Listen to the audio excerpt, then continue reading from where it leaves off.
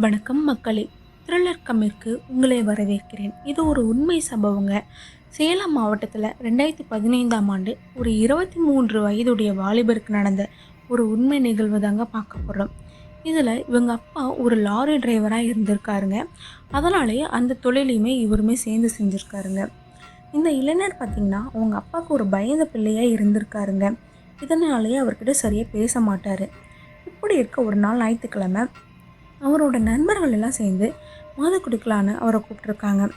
இவரும் அவங்க அப்பா இன்றைக்கி வீட்டுக்கு வரமாட்டாங்கன்னு தெரிஞ்சு சரி பண்ணலான்னு முடிவு பண்ணியிருக்காரு. அவங்க அப்பா லோக்கலில் ஓட்டுவாருங்க, ஒரு சில நாள் வீட்டுக்கு வரமாட்டார். அதனால் இன்றைக்கி அவர் வரமாட்டார்னு நினச்சி அவர் சரி பண்ணலான்னு முடிவு பண்ணியிருக்காருங்க. முதல் தடவைங்கனால அளவுக்கு அதிகமான மது அருந்திடுறாரு. இவர் வீட்டுக்கு போகிறதுக்கு முன்னாடி இந்த விஷயம் அவங்க அப்பாவுக்கு தெரிஞ்சிருதுங்க.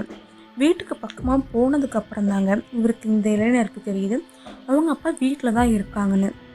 இவருக்கு என்ன செய்கிறதுனே தெரியலங்க. இப்படி இருக்க இவர் வீட்டு பக்கத்தில் இருக்க ஒருத்தர், ஏண்டா இவரை இப்படி பண்ண, உங்கள் அப்பா வீட்டில் தான் இருக்காரு, இன்றைக்கி நீ எவ்வளோதான்னு சொல்லி அவரை இன்னும் பயமுறுத்துறாரு. இதை கேட்ட இன்னும் பயந்த அந்த இளைஞர் அங்கேருந்து ஓட போகும்போது 2 பேர் பிடிக்க வராங்க. அவங்களையும் தள்ளிவிட்டு அங்கேருந்து வேகமாக ஓடிடுறாரு. இதை அவங்க அப்பாவும் அம்மாவும் வெளியே வந்து இவர் ஓடுறதை பார்த்துட்டு இவர் பின்னாடியே அவங்களும் ஓடுறாங்க. இதெல்லாம் பார்த்து இன்னும் பயந்து போன அவர் கோயில் பக்கத்தில் இருக்க கிணத்துல விழுந்துடுறாருங்க. இதை பார்த்து அங்கேருந்த எல்லாருக்குமே அது ஒரு பேரதிர்ச்சியாக தாங்க இருக்குது. அங்கேருந்த சில பேர் தீயணைப்பு துறைக்கு வந்து தகவல் சொல்லிடுறாங்க. இன்னும் 2-3 பேர்லாம் சேர்ந்து கீழே விழுந்து அவர் காப்பாற்ற முயற்சிக்கிறாங்க. சரியாக 6 மணிக்கு விழுந்த அவங்கள தீயணைப்பு துறையோ இவங்களும் சேர்ந்து ஒரு 7 மணி வாக்கில் வெளியே கொண்டு வந்துடுறாங்க. வெளியே வந்த அவர் மயக்க நிலைக்கு போயிடுறாருங்க. முதலுதவி செஞ்சு அவருக்கு ஆம்புலன்ஸில் வர சொல்லி ஆம்புலன்ஸில் வந்து அவரை கூட்டிகிட்டும் போயிடுறாங்க. ஆம்புலன்ஸில் போகிற வழியில் பார்த்தீங்கன்னா மயக்கத்தில் இருந்தனால அவரோட துணியெல்லாம் சட்டைலாம் ஈரமாக இருந்தனால சட்டையை மாற்றலான்னு சொல்லி அவர் சட்டையை கழட்ட முயற்சி எடுத்துருக்காங்க. அப்படி இருக்கும்போது திடீர்னு அவர் சத்தம் போடுறாரு, ஏன்னு கத்துறாரு. இதை பார்த்து பக்கத்தில் இருந்தவர், எதுக்கடா சத்தம் போடுற, இதுக்கு மேலே எதுவும் சத்தம் போட்டேன்னா கணத்துலேயும் ஒன்று விட்டுருவேன், ஒழுங்காக படுன்னு சொன்னதுக்கப்புறம் எந்த வேகத்தில் எழுந்தாரோ அதே வேகத்தில் மறுபடியும் மயக்க நிலைக்கே போயிடுறாருங்க. ஒரு வழியாக ஹாஸ்பிட்டலில் ஒரு நாள் அவரை வச்சுட்டு அடுத்த நாள் அவர் வீட்டுக்கு கூட்டிகிட்டு வந்துடுறாங்க. ஹாஸ்பிட்டலேருந்து வந்த அவரை அவங்க வீட்டுக்கு கூட்டிகிட்டு போகாமல் அவங்க அப்பாவுடைய அண்ணன் வீட்டுக்கு, அதாவது இவருடைய பெரிய அப்பா வீட்டுக்கு தாங்க கூட்டிகிட்டு போகிறாங்க.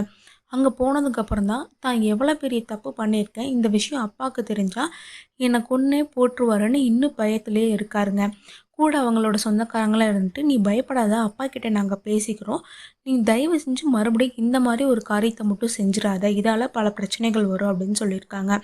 இவரும் இருந்துட்டு சரி நான் பண்ணது தப்பு தான், அப்பா என்ன ஏதாவது சொல்லிடுவாரோன்னு எனக்கு பயமாக இருக்குன்ட்டு அவர் பயந்துக்கிட்டே இருக்காரு. உடனே அவங்க அப்பாவும் அம்மாவும் அவங்களோட அண்ணா வீட்டுக்கு வராங்க.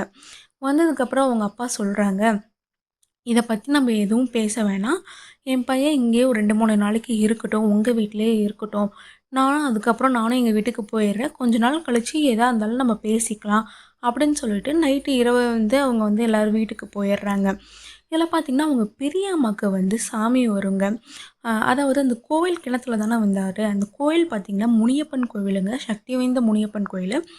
அந்த முனியப்பன் தான் இவங்களுக்கு வந்து வரதா அங்கே இருக்க ஊர் மக்கள்லாம் சொல்கிறாங்க. இவங்களுக்குமே அந்த சாமி தாங்க வரும். பயங்கர பயபக்தியோடு இருப்பாங்க. அது பார்த்திங்கன்னா ஒரு கூரை வீடு தாங்க. இவங்க இருக்கிறது பார்த்திங்கன்னா ஒரே ஒரு ரூம் தான். அதில் பெட்டில் வந்து இவர் படுத்துக்கிட்டாருங்க. கீழே வந்து கட்டலில் வந்து இவங்க பெரியம்மாவோட பொண்ணும் படுத்துக்கிட்டாங்க. பெரியப்பா வந்து அன்றைக்கி நைட்டே வந்து அவருமே லாரி டிரைவர் தான், வண்டி ஓட்டணுன்னு அவரும் வந்து கிளம்பிடுறாருங்க. இவங்க 3 பேர் மட்டும்தாங்க அந்த வீட்டில் இருக்காங்க. சரியாக ஒரு 12 மணி சுமார் பார்த்தீங்கன்னா இவர் எந்திரிச்சிருக்காரு. எழுந்திரிச்சு கதவை திறந்து வெளியே போயிருக்காரு. அவங்களோட பொண்ணு, அதாவது அவங்க தங்கை இருக்காங்கள்ல, இந்த டைமுக்கு எதுக்கு எந்திரிக்காருன்னு ஒரு 5 நிமிஷம் வந்து அவங்க வந்து அங்கேயே உட்காந்துருக்காங்க. சரி ஏதாவது வெளியே போயிட்டு வருவாங்கன்ட்டு அவங்க இருந்திருக்காங்க. ஆனால் 5 நிமிஷம் கழிச்சுமே அவங்க வரல. என்னவா இருக்கும், எங்கேயாவது மறுபடியும் போயிட்டாங்களான்ட்டு அவங்க அம்மாவை எழுப்பி, அம்மா இந்த மாதிரி அண்ணா இல்லைம்மா எங்கேயோ வெளியே போயிட்டாங்க போல், வாங்க 2 பேருமே போய் பார்க்கலாம். 2 பேருமே வெளியே வந்து பார்க்குறாங்க. பாத்ரூமில் இருக்காங்களான்னு பார்த்ததுக்கு பாத்ரூமில் இல்லையோ, சுற்றி முற்றி பார்க்குறாங்க, பக்கத்தில் ஆள் இல்லைங்க. அதனால் என்ன பண்ணுறாங்க, 2 பேருமே எழுந்திரிச்சு இவங்க இருக்கிறது ஒரு தெருவுல தான் இருக்காங்க. சரி வா நம்ம வெளிய போய் பார்க்கலான்னு அந்த தெருவு கடந்து போக பார்க்குறாங்க. இவங்க 2 பேரும் சரியா போகும்போது, கரெக்ட்டா அந்த தெருவுக்குள்ள அந்த இளைஞரும் வராங்க. வந்தத பார்த்தோனே இவங்களுக்கு 2 பேத்துக்கும் ஒண்ணுமே புரியல. அவங்க பெரியம்மா கேட்குறாங்க, "இந்த டைமுக்கு நீ எங்கடா எந்திரிச்சு வெளிய போன? எங்கள கூப்பிட்டுருக்க மாட்டியா? எதுக்காக நீ இங்க வந்தனா?" "இல்ல, இல்ல. ஒரு அண்ணா கூப்பிட்டாங்க. அதனால தான் வந்து பேசிட்டு இருந்தேன்." அப்படின்னு வந்து சொல்லியிருக்காரு. இவங்களும் சந்தேகத்தோடயே சரி வா வீட்டுக்கு போகலான்ட்டு இவங்கள வீட்டுக்கு கூட்டு போயிருக்காங்க. இவர் முனியப்பன நினச்சு கும்பிட்டு, திருநீர எடுத்து அந்த இளைஞருக்கு வந்து வைக்கிறாங்க. நல்லபடியா தூங்கு அப்படின்னு சொல்லிட்டு பெட்ல படுக்க வைக்கிறாங்க. அதுக்கப்புறம் அவங்க பெரியம்மாவும், அந்த பெண்மணியும் வெளிய ஒரு இடம் இருக்குங்க. அந்த இடத்துல வந்து வெளிய படுத்துக்கிறாங்க. இவர மட்டும் வீட்ல தூங்க வைக்கிறாங்க.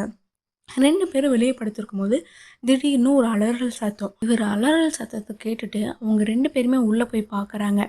பார்த்தா, "என்ன காப்பாத்துங்க. என்னை யாரோ ஒருத்தவங்க கூப்பிடுறாங்க. என்ன கூப்பிடுறாங்க. தயவு செஞ்சு என்ன காப்பாத்துங்க இதுகிட்ட இருந்து" அப்படின்னு அவர் கெஞ்சுறாரு. இவங்க 2 பேத்துக்குமே ஒண்ணுமே புரியலங்க. இவரோட சத்தம் கேட்டு அக்கம் பக்கத்துல இருக்க பெரியவங்களும் 2, 3 பேர் வந்துடுறாங்க. எல்லாருக்குமே என்ன செய்றதுன்னே புரியல. அங்கேருந்து ஒரு ருத்ராட்ச கொட்டை, அப்புறம் இந்த சாமி ஃபோட்டோ, அதாவது இந்த முருகன் ஃபோட்டோ, சிவன் ஃபோட்டோ எல்லாத்தையும் எடுத்து அவர் மேல வைக்கிறாங்க. ருத்ராட்ச கொட்டையும் எடுத்து அவர் மேல வைக்கிறாங்க. அது வச்சோனே அது இன்னும் அலறல் சத்தம் ஒரு விதமா கேட்குது. "தயவு செஞ்சு எடுங்க. இத என்னை எடுக்க சொல்லி என்ன வந்து தொந்தரவு பண்ணுது. என்ன ரொம்ப கொடுமைப்படுத்துது. தயவு செஞ்சு இதெல்லாம் எடுங்கன்னு" சொல்றாங்க. உடனே அந்த சாமி வரும் அந்த பெரியம்மா இருக்காங்கல்ல, அவங்க இருந்துட்டு, "நீ யாரு? யார் உன்ன பயமுறுத்தாங்கன்னு நீ முதல்ல சொல்லுன்னு" சொன்னதுக்கு, அவங்க ஒருத்தங்க இருந்து என்ன கூப்பிட்டுட்டு இருக்காங்க. என்னால முடியல. தயவு செஞ்சு அத போ சொல்லுங்க, போ சொல்லுங்கன்னு சொல்றாங்க. கிட்டத்தட்ட ஒரு 10 நிமிஷமா இந்த மாரி ஒரு நிகழ்வு நடக்குதுங்க. அவங்க பெரியம்மா கடைசியா என்ன செய்றாங்கன்னா, ஷ முனியப்பன் கோயில்ல ஒரு கயிறு ஒண்ணு இருக்குங்க. அந்த கயிறு எடுத்து அவங்களோட கையில கட்டுறாரு. கட்டிட்டு திருநீர் எடுத்து அவரோட நெத்தியில வச்சு சில பல மந்திரங்கள்ல சொல்றாங்க. அது சொன்னதுக்கு அப்புறம் தாங்க அவர் சாந்தமடைகிறாரு. கொஞ்ச நேரம் எதுவுமே பேசாம அமைதியாவே இருக்காருங்க. அங்க இருக்கவங்களும் அமைதியாவே இருக்காங்க. அப்புறம் ஒரு 10 நிமிஷம் கழிச்சு அவர் ஏதோ பேச வராருங்க. உடனே பெரியம்மா இருந்துட்டு, "இப்ப எதுவும் பேச வேணாம். எதா இருந்தாலும் நம்ம காலையில பேசிக்கலாம். இப்ப நீ நல்லபடியா தூங்கு. உனக்கு எந்த கெட்ட கனவும் வராது. நீ விடியுதுங்க." அப்பதான் அந்த தெருவுல இருக்க ஒரு நபர அவங்க பெரியம்மாவோ பார்க்குறாங்க. "உங்ககிட்ட நான் ஒரு விஷயம் பேசணும்" அப்படின்னு சொல்றாரு. உடனே அவங்களும் இருந்துட்டு என்ன விஷயம்னு கேட்குறாங்க. அப்போ வந்து அவர் சொல்றாரு, "நேத்து இரவு வந்து நான் வந்து இந்த இளைஞர பார்த்தேன். இவர் அந்த தெருவுலேருந்து வெளிய வந்து அந்த கிணத்த நோக்கி போயிட்டுருந்தாரு. இத பார்த்தோனே எனக்கு தூக்கி வாரி போட்டுருச்சு. நானு தூரத்துலேருந்து அவர் எவ்வளவோ கூப்பிட்டு ஓடி வந்தேன். ஆனா, நான் ஓடி வர வர அவரோட வேகமும் அதிகரிச்சுது. அவர் என்ன திரும்பி கூட பார்க்காம வேகமா நடந்து போனாரு. ஆனா, என்ன அதிசயமோ தெரியல. அவரால அந்த முனியப்பன் கோவில தாண்ட முடியல. அதாவது முனியப்பன் கோயில் அது பக்கத்துல தாங்க கிணறு இருக்கு. அவரால அந்த கோவில் அதாவது அந்த முனியப்பன தாண்டி அவங்களால ஒரு அடி கூட எடுத்து வைக்க முடியலங்க. அந்த இளைஞரு அப்படியே இந்த முனியப்பன் கோயில்ல சிலையாட்டு நிக்கிறாருங்க. அது நின்னுட்டு கரெக்ட்டா அந்த முனியப்பன பார்க்குறாருங்க. அந்த முனியப்பன் வந்து இவரோட பார்வைக்கு நேரா இருக்கிற மாரி தாங்க இருக்காரு. அப்புறமே இவருமே வந்து இந்த பக்கத்துல வந்துடுறாரு. வந்ததுக்கப்புறம் அந்த இளைஞர தட்டி விடுறாரு. அப்புறமேல் தாங்க அவர் சுயநினைவுக்கே வராரு. "இங்க என்ன நீ பண்றன்னு?" கேட்டதுக்கு, "நானா? நான் எப்படி இங்க வந்தேன்?" அப்படிங்கிற மாரி அந்த இளைஞர் கேட்குறாங்க. உடனே இவர் சுதாரிச்சுக்கிட்டு, "சரி ஒண்ணும் இல்ல. நான் தான் உன்ன இந்த பக்கம் கூட்டிட்டு வந்தேன். சாமி கும்பிட்டு திருநீர் வைக்க தான் உன்ன நான் இந்த பக்கம் கூட்டிட்டு வந்தேன். வா நம்ம வீட்டுக்கே போலான்னு" அதுக்கு அந்த இளைஞர் சொல்லியிருக்காரு, "நானே போய்க்கிறேன். நீங்க உங்க வீட்டுக்கு போங்கன்னு" சொல்லியிருக்காரு. "சரி போ நான் போய்க்கிறேன்னு" சொல்லிட்டு, அந்த இளைஞர் போற வரைக்குமே அந்த நபர் வந்து அங்க நின்னு பார்த்துருக்காரு. அவர் தெருவுக்குள்ள போயி, அவங்க பெரியம்மாவையும், அவங்க தங்கச்சியும் பார்த்ததுக்கு அப்புறம் தாங்க இவர் அந்த இடத்த விட்டே வந்திருக்காரு. இரவு நேரத்தில சொன்னா அவங்க ஏதா பயந்துப்பாங்கன்ட்டு தான் இவர் எதுவுமே சொல்லாம இருந்திருக்காரு.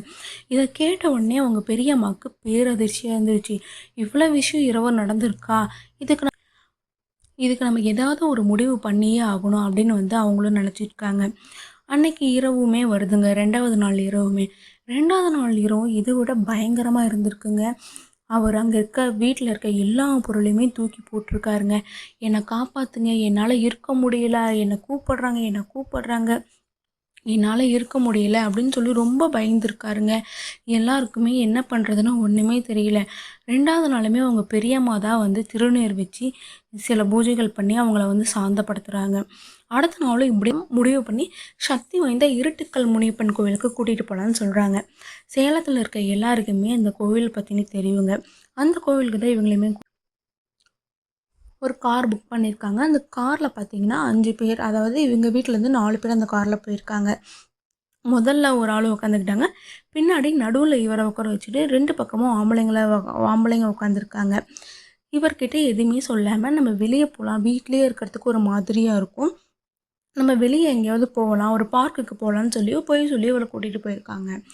இவருமே அமைதியாக கொஞ்சம் நேரம் வரைக்குமே வந்திருக்காருங்க.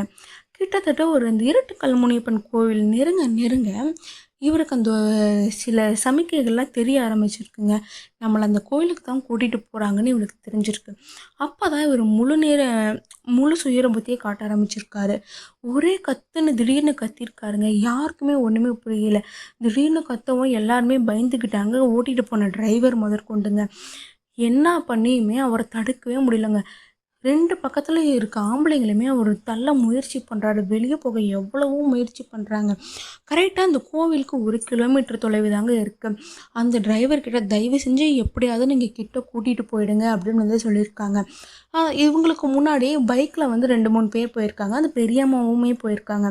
அந்த பெரியம்மா வந்து பூசாரிக்கிட்ட சொல்லி அந்த பூசாரியை வந்து முன்னாடியே கொஞ்சம் அந்த கோவிலேருந்து கொஞ்சம் முன்னாடியே கூட்டிகிட்டு வந்துடுறாங்க.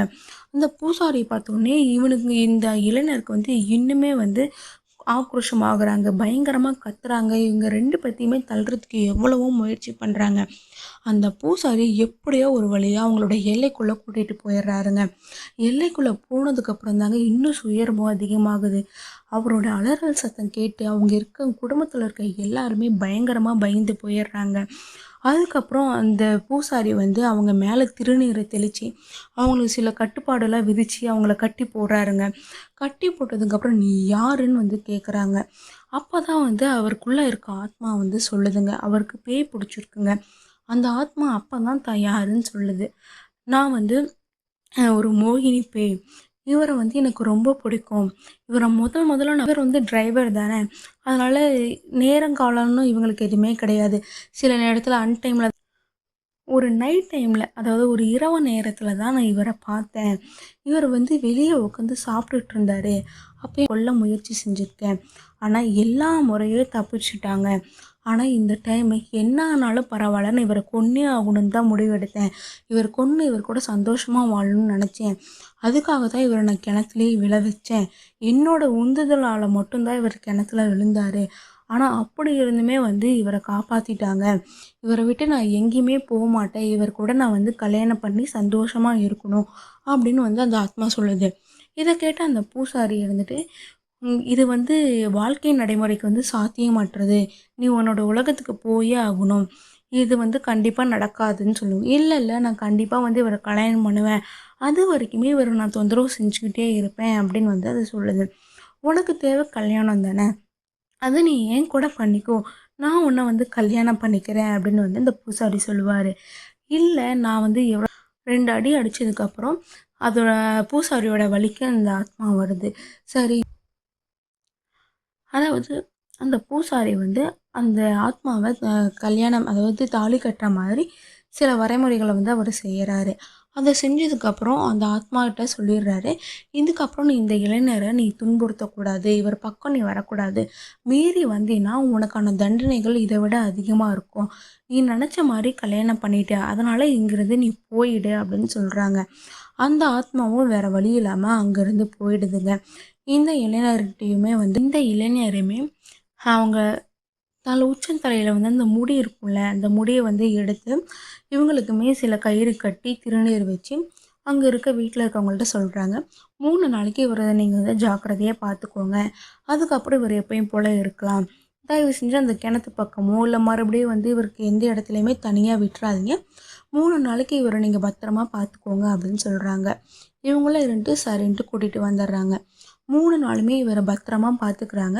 அந்த கயிறுமே வந்து கழட்ட விடாமல் பார்த்துக்கிறாங்க. 3 நாள் கழிச்சு தாங்க இவர் மறுபடியும் பழைய நிலைமைக்கு வராரு. ஆனால் இந்த நடந்த என்ன விஷயமா அந்த இளைஞருக்கு தெரியவே தெரியாதுங்க. அவங்க வீட்டில் இருக்க யாருமே இந்த விஷயத்த அவர்கிட்ட சொல்லவும் இல்லை. அக்கம் பக்கத்தில் இருக்க யாருமே இதை பற்றி அவர்கிட்ட பேசலைங்க. 3 நாளைக்கு அப்புறம் இவர் மறுபடியும் பழைய நிலைமைக்கு வராரு. தன்னுடைய அப்பா கிட்ட தான் செஞ்ச தப்புக்கு அவர் மன்னிப்பும் கேட்குறாருங்க. அவங்க அப்பாவும் அவருக்கு புத்திமதி சொல்லி, இதுக்கப்புறம் எக்காரணத்தை கொண்டு இந்த மாதிரி நீ பண்ணாத, அது உன்னோட வாழ்க்கையே கெடுத்துரும்னு சொல்கிறாங்க.